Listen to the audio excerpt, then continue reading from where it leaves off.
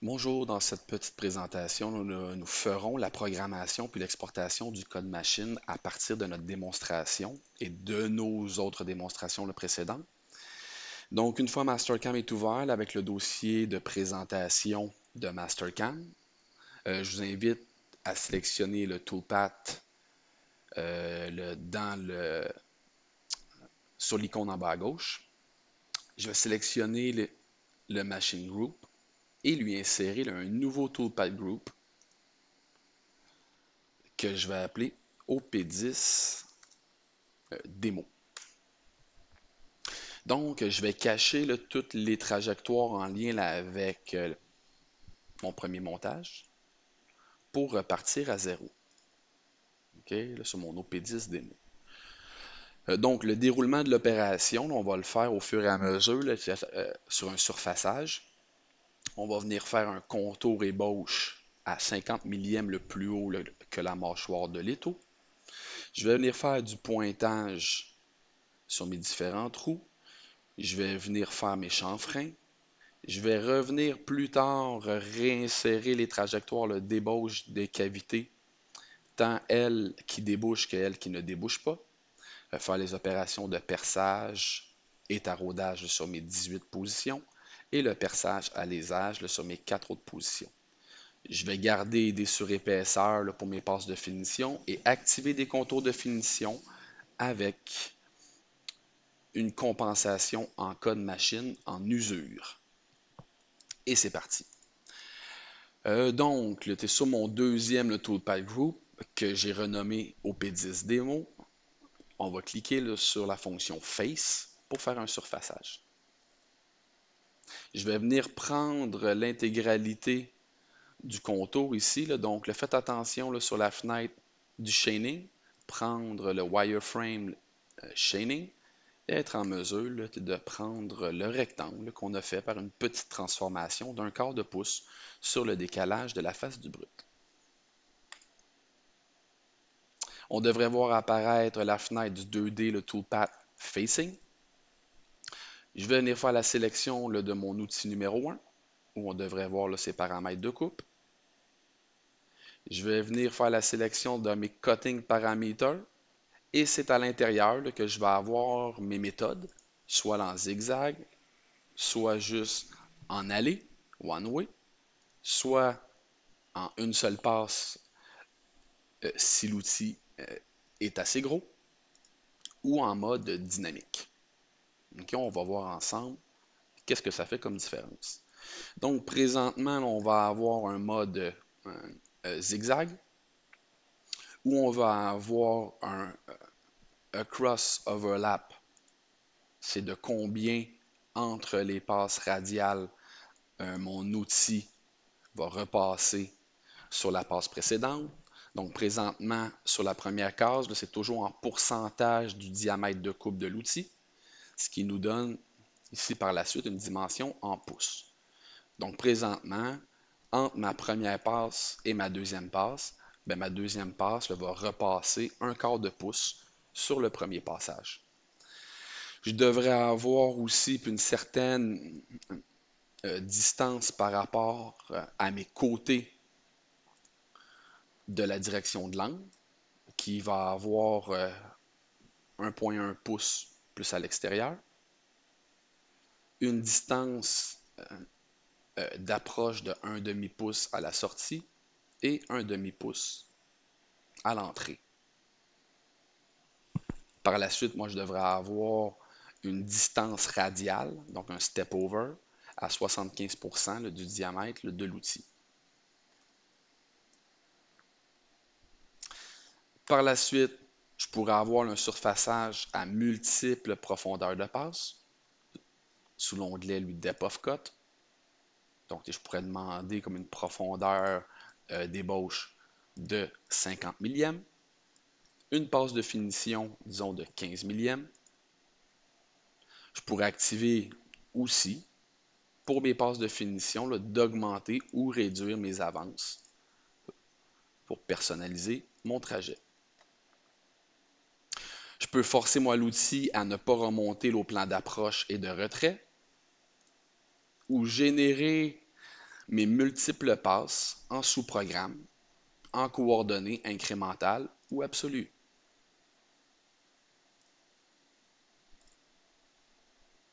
Okay, là, dans notre cas à nous, on va l'activer là, pour la présentation, mais je vais revenir là, par la suite là, pour enlever le depth of cut, à cause qu'on va enlever là, que 5 millièmes sur le dessus du brut. Sur les linking parameters, là, donc c'est là qui, en fonction là, soit de la géométrie pièce qu'on a faite comme sélection incrémentale, donc par rapport à la géométrie que j'ai sélectionnée, tu vas avoir une profondeur, un depth de moins 5 millièmes.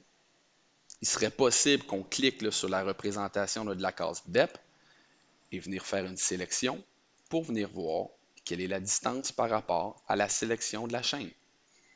En absolu, je serais à un demi-pouce. Pourquoi? À cause que mon repère pièce est sous le brut. Si je clique incrémental à moins 5 millièmes, ben, ça veut dire que mon outil, lui, va descendre au plan de travail, là, moins 5 millièmes. Sur le top of stock, soit comme en coordonnées absolues, ça représente l'endroit où le calcul de depth of cut est pris en compte. Donc, ça représente la petite ligne jaune ici, dans les linking parameters. Pour les besoins de la cause, on va juste mettre un pouce, que je vais ramener à 1.5. Donc, je devrais avoir plusieurs passes pour arriver, pour partir de 1 pouce en coordonnées absolues, là, donc en fonction du repère pièce, ici un pouce plus haut, pour ébaucher là, de 50 millièmes. Ce qui veut dire que je devrais avoir là, près de 10 passes pour arriver du top of stock à la surface finie.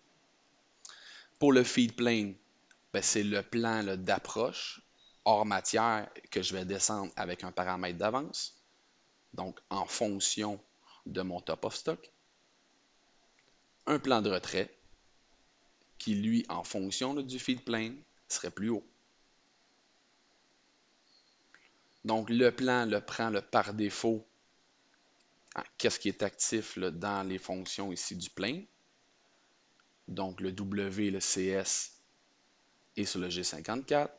Tool plane T sur le G54-1 et le construction plane sur le G54-1.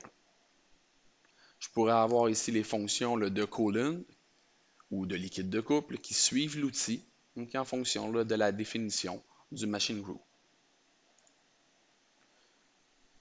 Donc, il serait possible d'insérer plusieurs options ici à cet endroit-là ou d'activer des paramètres sur la case du miscellaneous value. Pour la plupart du temps, nous, on va arrêter à plein et colonne. En cliquant OK, ben, je devrais avoir la génération des multiples passes axiales et radiales qui sont générées.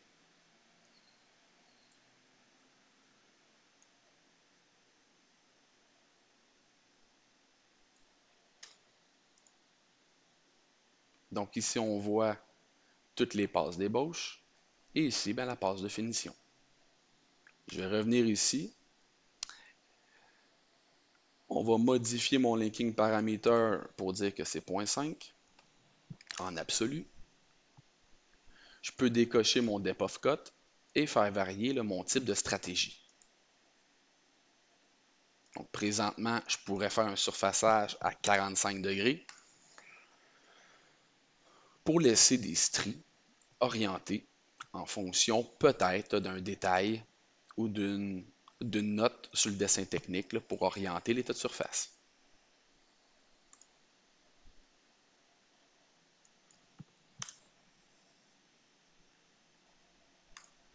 On pourrait demander de faire un petit roll-in dans les coins, comme vous pouvez voir ici. Il n'y a pas vraiment de besoin. Un petit mouvement linéaire est plus que suffisant.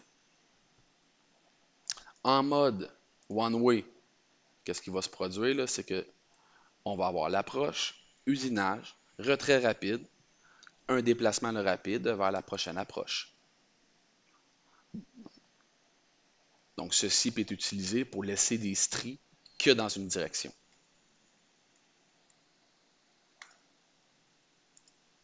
Le one pass peut générer, lui, dans notre situation, des problématiques à cause que le diamètre de l'outil, lui, n'est pas assez large pour englober là, comme l'entièreté de la pièce. On doit revenir maintenant là, dans les paramètres avec le mode lui, dynamique qui va avoir une prise lui, de passe constante sur le trajet pour avoir un état de surface qui est ondulé. Donc, là, dans notre cas à nous, c'est énormément de code G pour un surfaçage qui ne nécessite pas cette opération. Je vais y aller en zigzag.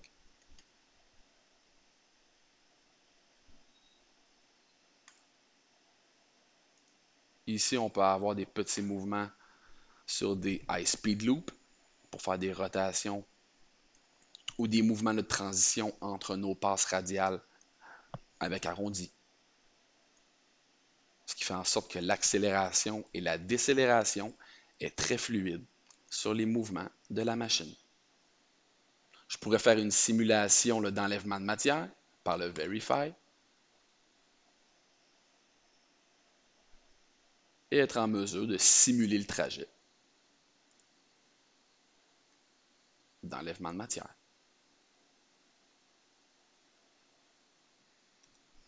On ferme la fenêtre de simulation. J'ai présentement mon outil.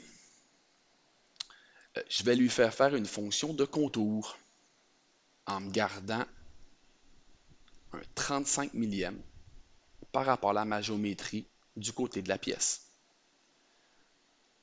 Et je veux que mon outil rentre du côté mâchoire rigide. Donc, il va pousser là, vers la mâchoire rigide. Donc, je vais prendre là, cette géométrie-ci. Je vais m'assurer dans ma sélection de chaîne que le côté de mon outil va bel et bien le pointer là, vers l'extérieur de la pièce en fonction du sens de direction là, de ma pièce en avalant. Ce qu'on appelle du climb machining. Pour outil, on va venir prendre l'outil numéro 1. Je vais activer le Rapid Retract pour faire un déplacement entre mes passes. Mon type de compensation là, par défaut, à vous, comme il devrait être à Computer, là, on va le laisser lui tel quel. Sur les types de contours, j'ai un 2D, donc qui machine plan par plan. Je peux avoir un 2D le chamfer, si l'outil lui le permet. Dans notre cas, non.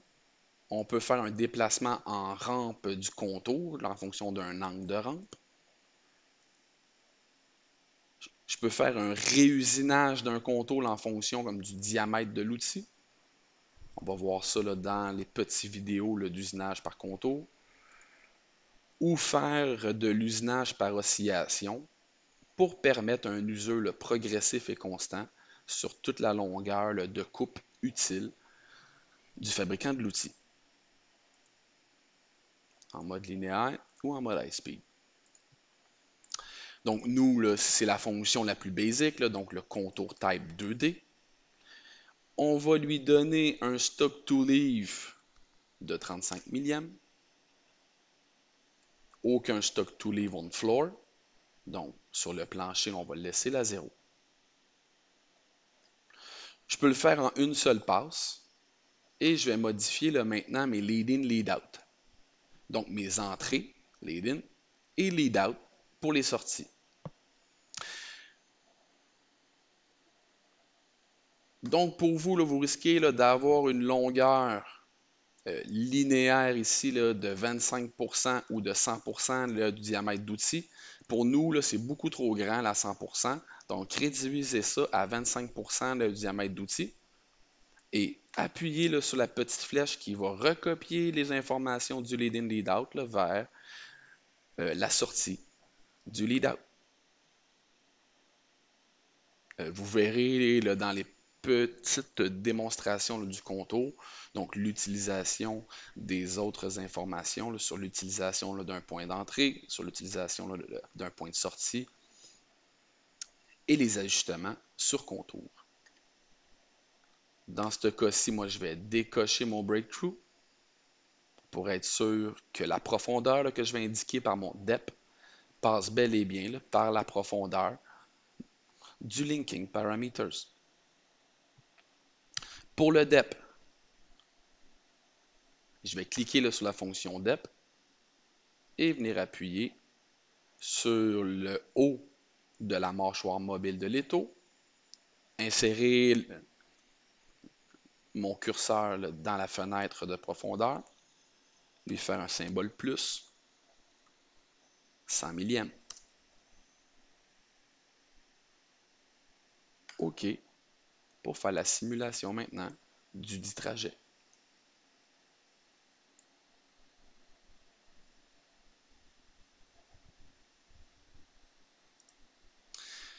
Je vais maintenant faire le pointage perçage.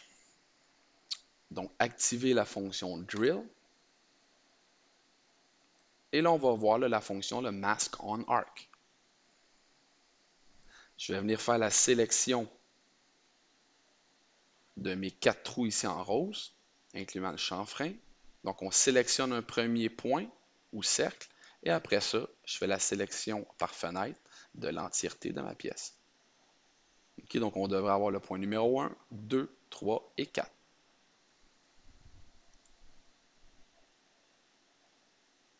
Avec la fonction drill, ici, moi, j'ai mes 4 géométries. Je vais prendre l'outil numéro 4, là, qui est mon forêt, à centrer le chanfreiné, le point 55.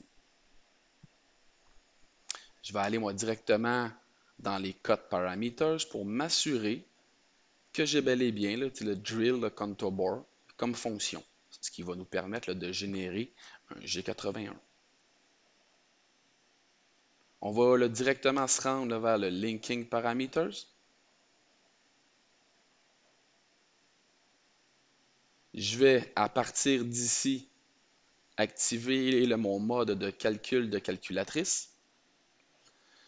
Sur le diamètre fini, ici, je vais faire un clic de droit pour analyser le diamètre d'un arc.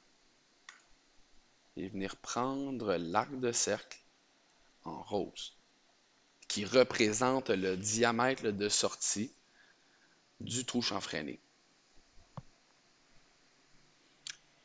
En raison que ma fenêtre du linking parameters sous le mode depth est à 0.5, au lieu de add to depth, je vais réécrire le depth, override depth, pour lui intégrer le point 2. Je vais désactiver mon tip compensation pour m'assurer que je contrôle le bout de l'outil. On fait OK. Donc, on devrait avoir ici maintenant là, dans le backplot, donc à gauche du Verify, avec la touche S, je vais descendre mon mouvement et venir m'assurer que le côté de mon outil est à la bonne hauteur. Et voilà. En raison que j'ai déjà bien tout fait la sélection des 4 trous, je vais continuer à générer toutes les opérations pour ces formes circulaires-là et je vais réordonner un peu plus tard mes séquences pour minimiser le nombre de changements d'outils. Donc, dans Drill, vous devriez avoir à droite du Mask on Arc, Copy Previous Point. OK. Comme outillage, je vais venir prendre mon forêt numéro Q. Et lui et la lésoir, je vais venir activer le Tip Compensation pour défoncer la pièce de 50 millièmes quand on passe le cône de la pointe du forêt.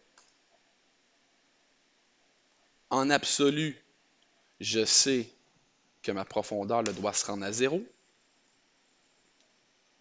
Et mon top of stock, lui, ben, se trouve lui, directement à la position de mes cercles. OK. On devrait voir maintenant, ici en dessous, là, que le forêt, lui, va défoncer le morceau de 50 millièmes, passer le cône du forêt.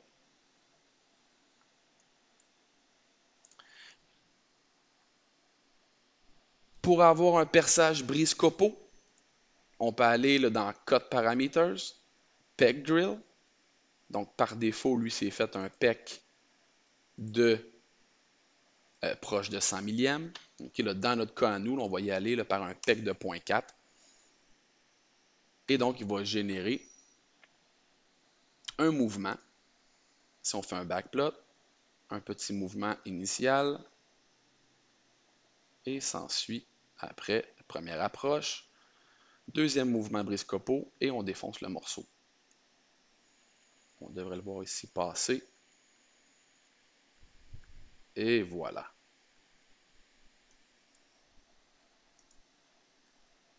Pour être honnête avec vous, si le diamètre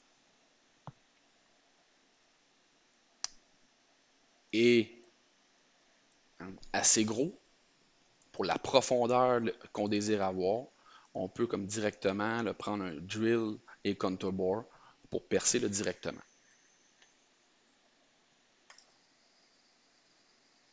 Autre opération de perçage, je reprends le previous. OK. Et je vais venir prendre un alésoir. Je suis sur le 3.8 Reamer.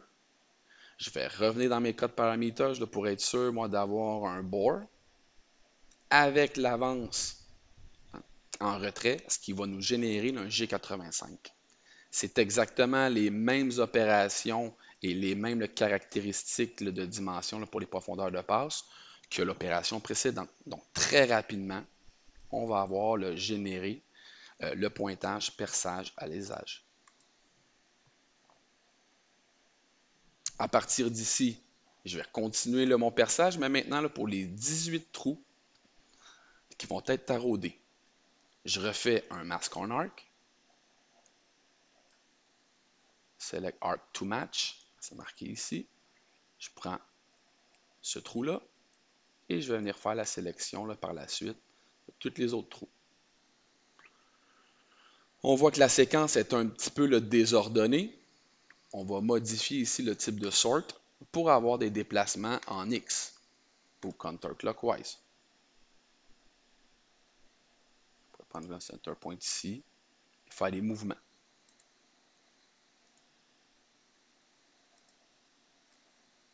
Donc, il y a plein de possibilités de mouvement. Ici, en 2D sort, moi, ça va me convenir comme type de déplacement. Donc, 1, 2, 3, 4, 5, 6, 7, 8. Après, ça revient là, lui.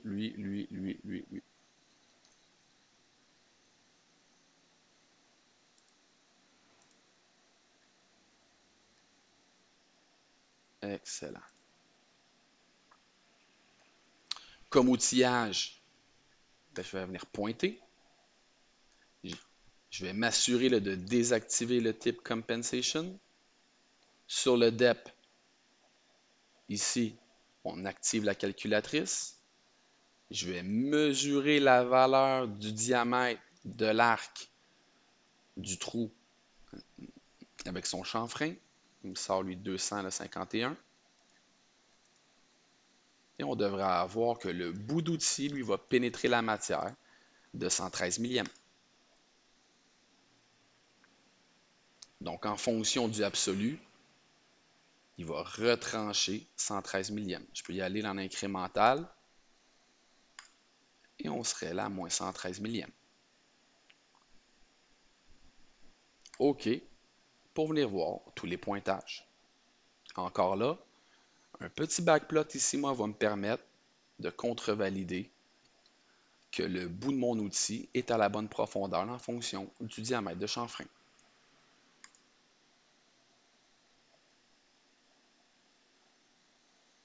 Je vais refaire du perçage en fonction des positions précédentes. À l'aide d'un outil, un forêt pré-taraudage numéro 7, on active maintenant le type Compensation. Sur le linking, le depth, je peux mettre absolu à 0.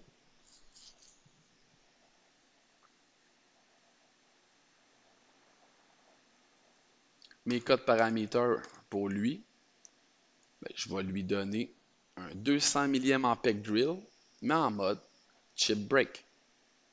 Donc, l'outil, lui, va rester là, dans le trou pour briser son copeau. OK.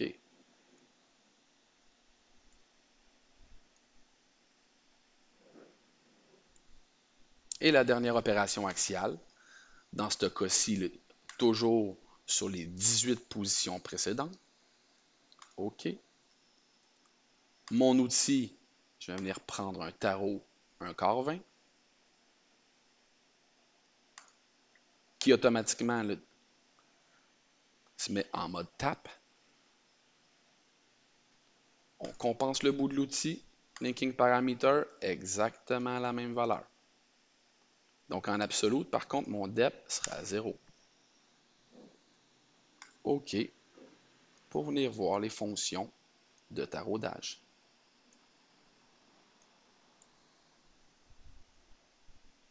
À partir d'ici, je vais reprendre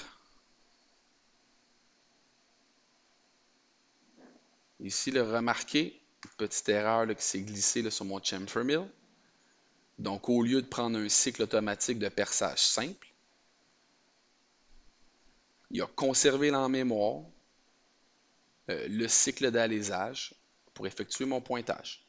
Je vais revenir dans le code paramètre et le mettre juste en drill contour bore.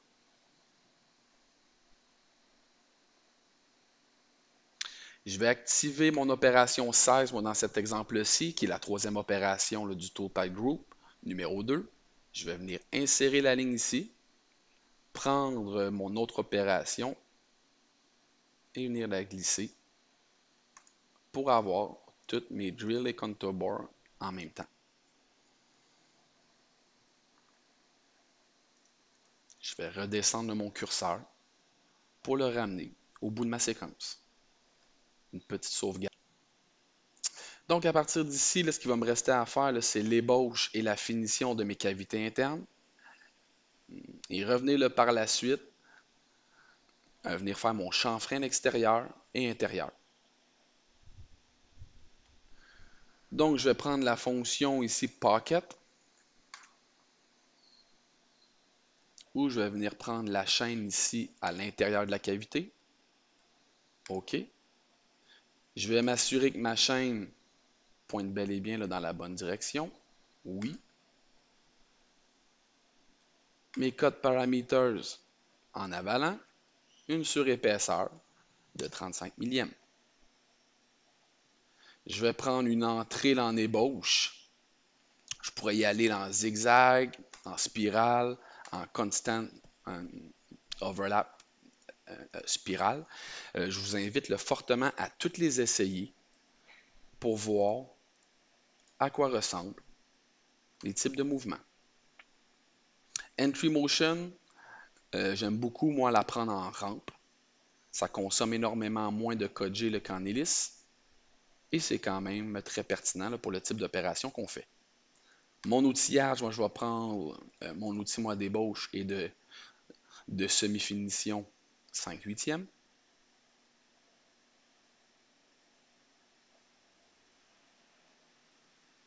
Mon depth of cut, posons qu'on va mettre à 100 millièmes par profondeur de passe. Je peux lui demander une passe de 25 millièmes de finition. On désactive le breakthrough là, parce que le plancher ici, lui, ne peut pas être défoncé.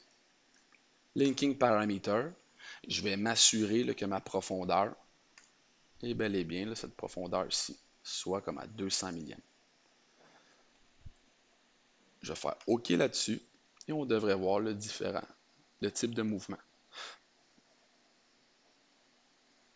avec la petite passe de finition sur le plancher, mais tout en tenant une surépaisseur là, de 35 millièmes sur mon parcours.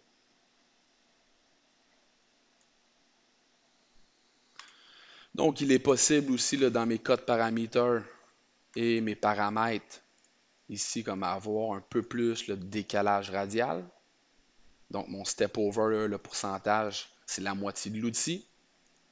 Je pourrais le mettre à 75% et avoir comme des entrepasses radiales donc, beaucoup plus larges.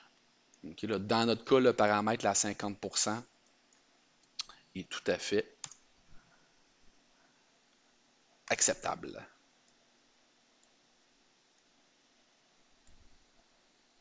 Je vais exactement faire la même chose pour la paquette qui va, elle, être en dessous. Donc, je prends la courbe ici, moi, que j'ai extraite. OK. Je vais conserver exactement les mêmes paramètres. Outre le fait que dans mes linking parameters, là, maintenant, mon depth en absolu est à 0. Mon top of stock, c'est plus vrai là, qui est en haut de la pièce, mais maintenant, qui est au fond de la première cavité. Point 2.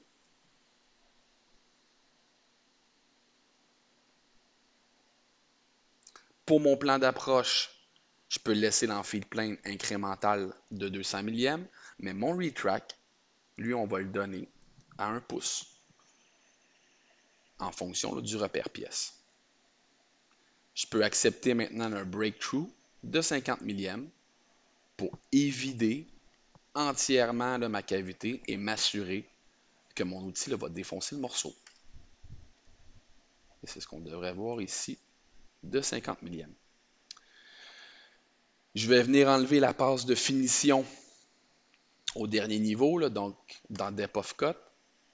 Mon finish, on va le mettre à 0. Et on devrait juste avoir 2 passes. 3 passes en fait à cause du breakthrough là, qui rajoute un 50 millièmes. Donc on va avoir 200 millièmes qu'on divise par 3 passes.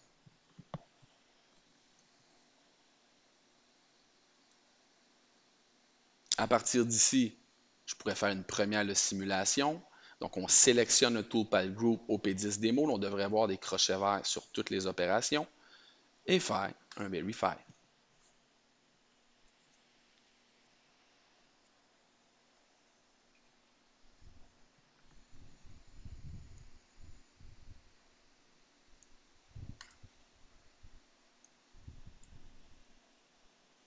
Donc, on devrait avoir ici un tout petit chanfrein d'un millième. Il faut comprendre que le tarot fait un quart et que le diamètre ici du trou avait 251 millièmes. Okay, rappelez-vous qu'on a fait un surfaçage de 5 millièmes plus bas. Donc, c'est pour ça que le chanfrein là, sur le trou 1 quart, on ne le voit pas.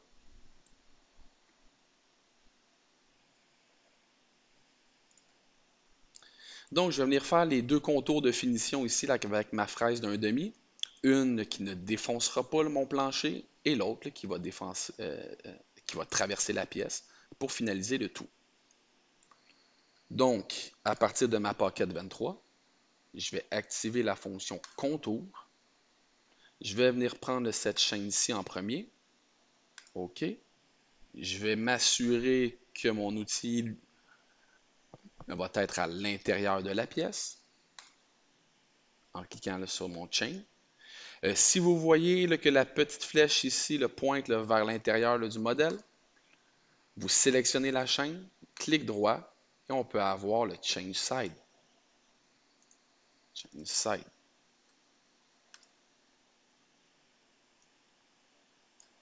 Pour mon Lead In, Lead Out, on va conserver le 25% de la ligne tangente et 25% là, de l'arc. Linking Parameter, sur mon incrémental ici à 0, donc directement là, sur la courbe que j'ai sélectionnée.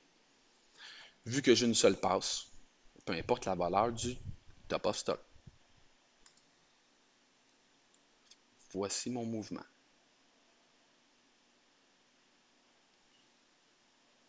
Je pourrais faire un backplot dessus.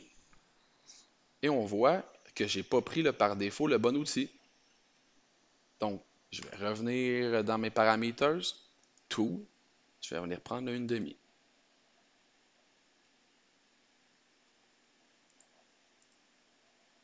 On voit par contre que les paramètres n'ont pas suivi. Donc, je vais la supprimer. Puis revenir faire un contour. Reprendre la même chaîne. Je vais tout de suite prendre le bon outil, le 1,5. Et là, on devrait voir que mes paramètres vont se mettre à jour. Lead in, lead out. Mes linking parameters. On met ça à 0. Et on simule. Donc là, je suis assez satisfait de mon trajet. Pour activer la compensation d'outils, vous devez être dans Cut Parameters, Compensation Type. On va prendre Usure, soit Where. Donc, lorsqu'on a programmé de manière manuelle la pièce, on l'extrait en mode contrôle. Ce qui veut dire qu'on exporte le code G de la géométrie de la pièce et qu'à l'intérieur du contrôleur, on intègre la valeur de compensation qui tient compte du rayon de l'outil et de son usure. Sur Mastercam, très souvent, on utilise puis le mode Where, ou que le logiciel lui compense automatiquement la valeur nominale du rayon, et c'est à nous, en opération machine, de contrôler l'usure de l'outil et l'oscillation, potentiellement en plus ou moins quelques millièmes de pouce. En raison que c'est une passe de finition, mon stock to leave on walls lui devrait être à 0. Okay, là, pour s'assurer que mon outil lui vient finaliser l'entièreté de la pièce. Je vais conserver les mêmes paramètres contour pour ma chaîne ici de ma cavité. Je vais venir m'assurer que mon outil lui va être du bon côté. Donc, on va y aller ici dans Reverse pour être en avalant et Change Side. Vous pourriez aussi le voir dans de quel côté qu'on machine. Okay, à l'aide de la flèche qui va montrer la direction. Linking parameter, en absolu, je vais être à 0. Donc en dessous de ma pièce.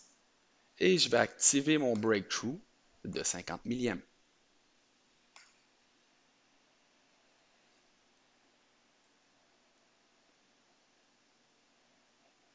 Donc présentement, il ne me resterait qu'à venir faire mon chanfrein à l'aide de mon outil à chanfreiner.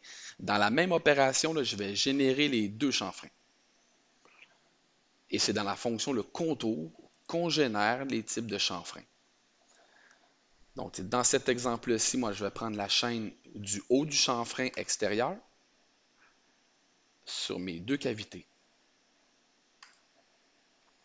Ici, c'est très important de regarder de quel côté se situe notre outil. Pour ma cavité intérieure, il se trouve du bon côté, mais pour l'extérieur, il n'est pas du bon côté. Donc, ma chaîne numéro 1, je vais demander qu'elle se renverse.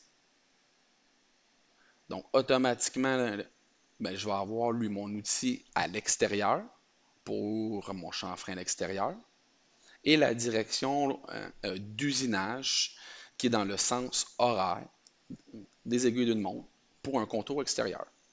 Pour un contour intérieur en condition d'usinage en avalant, on va avoir un parcours qui va être dans le sens anti-horaire d'une montre. Pour mon outil fraise à chanfreiner, mes cut parameters, je vais désactiver mon compensation type where pour le remettre en computer. Je vais maintenant prendre le contour type 2D chamfer. En raison que j'ai déjà utilisé moi la géométrie du chanfrein, mon chamfer width lui va être à 0.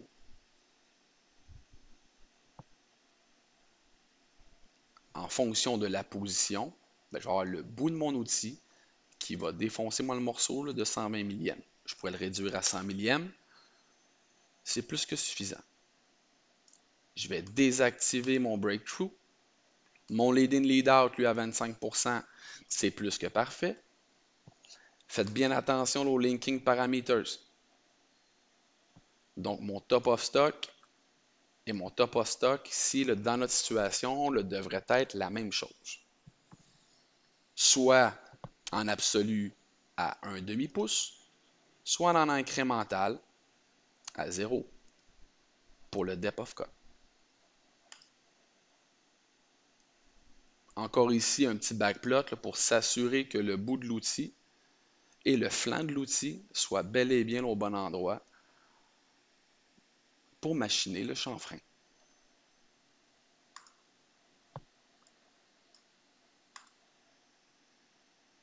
Donc, on peut faire la simulation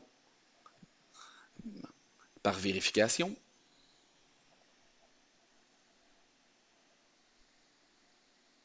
Je vais faire R pour lancer la fabrication. Et maintenant, on devrait voir que l'intégralité du parcours a été générée.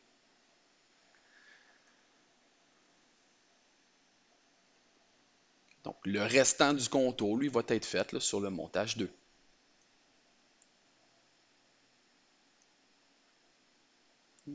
On voit ici présentement que mon chanfrein sur le pourtour est bon ici, mais pas.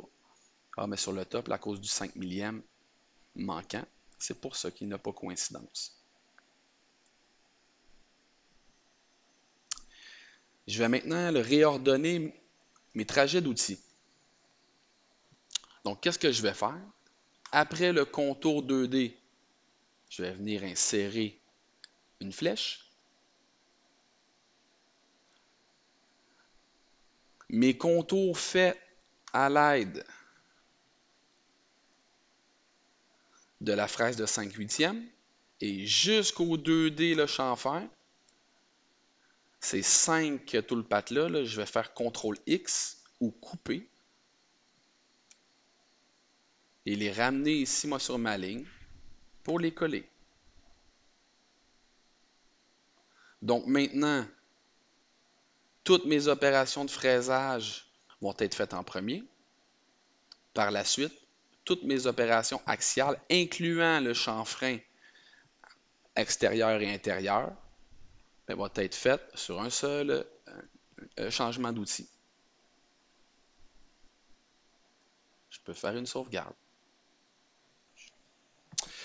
Donc, on va faire la simulation complète des trajectoires d'outils bien ordonnées dans notre toolpath groupe numéro 2 qu'on a appelé OP10 Demo. Pardon, ici dans le Verify.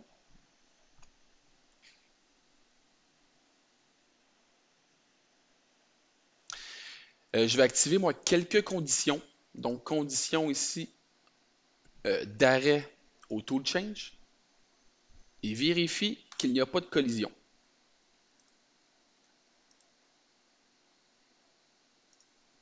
Donc, ici, je pourrais avoir en step quelques informations ici là, pour mes déplacements, pour bien voir là, mon mouvement. Je peux réduire la vitesse ici slow pour avoir un déplacement qui est comestible visuellement. Oh, ici on voit que j'ai un outil, j'ai un tool change pour voir comment il réagit. Là. Donc il semble que la position là, du tool change n'est pas au bon endroit sur la définition de la machine. On peut voir les différentes profondeurs ici de passe de 100 millièmes. Je vais réaugmenter un petit peu les trajets. Donc s'ensuit par la suite mes chanfreins ou passe de finition, pardon, pour venir là, finaliser mon contour. S'ensuit après la création des chanfreins.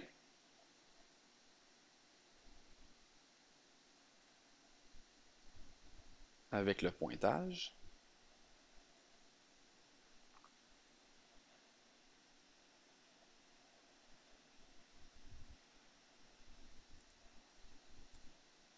suivi du perçage, suivi de l'alésage. S'ensuit ici le perçage brise-copeaux. Ici, on voit bien le chanfrein. Et la création des trous taraudés. Fin du parcours. Ici, là, comme avec mon curseur, je suis en mesure là, de venir voir les différents comme numéros de ligne ou positions là, des opérations. Donc, une fois pas de collision, on a effectué l'intégralité du trajet. Ici, j'ai comme l'impression que mon perçage et mon alésage n'ont pas été concluants. Je vais contrevalider sur mon bore ici. J'ai bel et bien la bonne valeur. Donc ici, avec m'assurer que mon chanfrein, que mon alésoir, ici, comme la profondeur, n'est pas la bonne profondeur. Donc je vais rééditer mon paramètre, dep à 0. Et voilà. Et c'est ce qui devrait là, nous permettre là, de réaliser mon trou final ici. Très bien. Une fois que c'est fait, moi, je vais faire la sélection là, complète du toolpath group et générer le code machine. On va générer le code machine là, dans mon dossier d'exportation de code. À cause que j'ai plusieurs le toolpath group, le logiciel nous pose la question qui dit que toutes les opérations ne sont pas le sélectionnées. Est-ce que tu veux toutes les générer? Ici, moi, je vais dire non pour m'assurer que c'est que les opérations du deuxième toolpath group qui vont être générées. Je vais aller le positionner sur mon dossier de fabrication, là, dans le dossier code. Donc, dans M30, on devrait avoir mon dossier de démonstration, code. Ici, moi, j'ai mon montage 1.nc. On devrait avoir un numéro de programme au 1300 pour cette opération.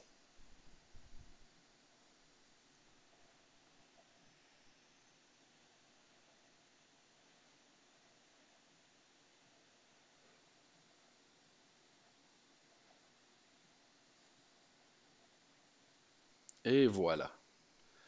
Donc, on devrait voir le surfaçage ici.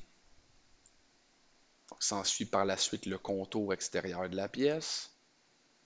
On charge l'outil numéro 2, donc les ébauches de cavité.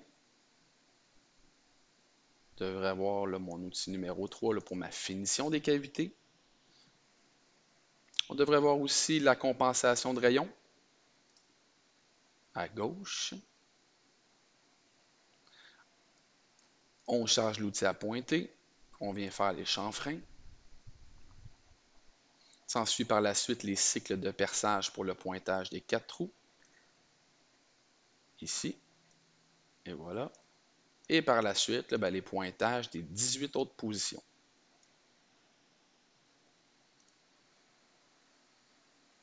Le tout au grand complet est généré assez rapidement dans Mastercam.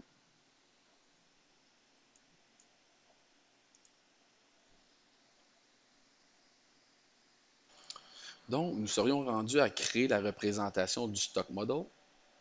Donc ici, moi, je vais m'assurer de venir prendre comme nom, je vais l'appeler MT1. Pour le stock plane, on va prendre par défaut le top. Sur la forme initiale, je peux prendre le stock setup. Je vais quand même m'assurer que dans mes levels, je vais afficher mon brut pour le sélectionner. On voit qu'il a été pris. And selection. Donc, si on fait clear selection ici, j'ai des filtres automatiques de sélection. Et je peux décocher moi la surface ici pour que prendre mon modèle 3D. Là. Donc, faites bien attention là, sur la représentation là, du brut, de faire la sélection là, du modèle 3D. peux prendre le stock setup aussi ici, sans problème. Les sources d'opération, là, je vais décocher les multifloat only pour prendre toutes les opérations là, en lien avec l'usinage de ma démonstration. On peut générer là, le toolpath. Je peux modifier la couleur aussi, là, donc essayer là, comme d'avoir une couleur plus vive. Donc, je vais me laisser tenter par ce petit mauve-là qui me semble très sympathique.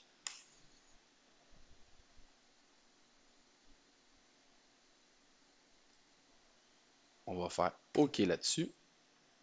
Et on devrait voir apparaître là, dans le dossier des Toolpath Group une représentation d'une compilation 3D du trajet. Et là, on devrait voir apparaître en rose mauve, en mauve ici en fait, une autre pièce qui a été superposée avec la représentation du résultat d'usinage du premier montage.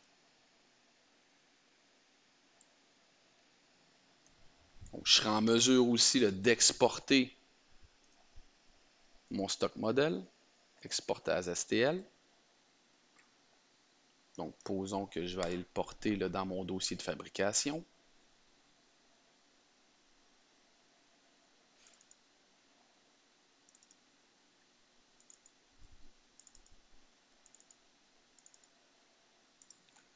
MT1. Et c'est ce qui met fin à notre présentation.